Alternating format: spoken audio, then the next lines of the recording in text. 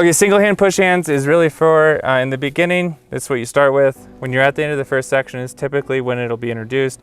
I know you guys at home don't exactly have other Tai Chi partners generally.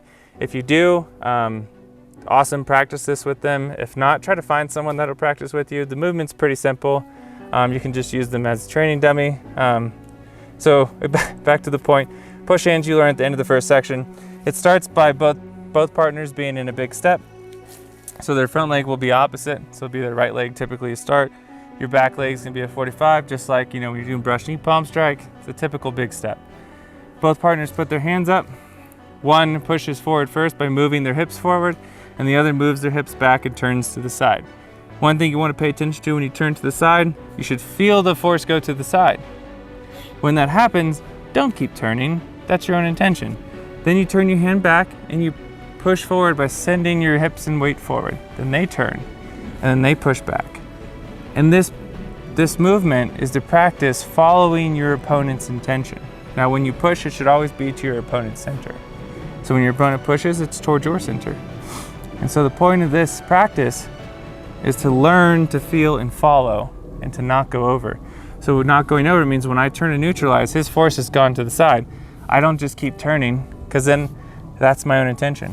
And in Tai Chi, once you start, you never have your own intention. It's always following your opponent. And so what you'll notice is I can go back, but externally, I don't really change. I turn to the side, externally, I didn't really change. My hand rotated because I turned my hips. And then when I go forward, externally, not much change. So when he pushes, I use my hips and weight to move the movement, not my hand. Just like in the postures, using the waist to lead the movement is one of the things you can practice here, and it's actually extremely hard to do.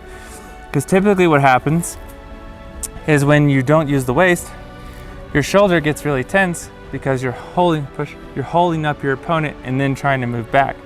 So your shoulder is having to hold up that force, versus if you move and follow it with the hips, you're not holding anything up, because before the force gets there, you're already following it back. If you wait until the force is there, you're just going to be holding your opponent up.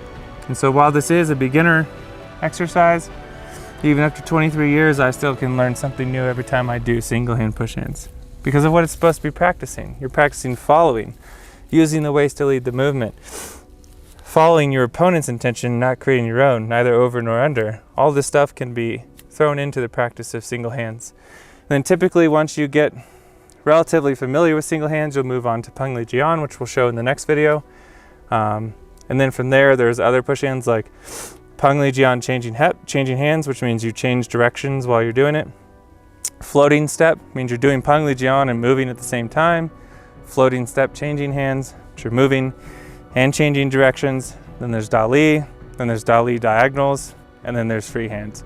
So generally you practice them in order because each thing is helping you learn to apply the theories to push hands rather than just moving your arms and using all external to push someone around. The goal is to learn how to apply the theories and follow your opponent's intention at the same time. So that's a little bit about that. We'll get into the next video.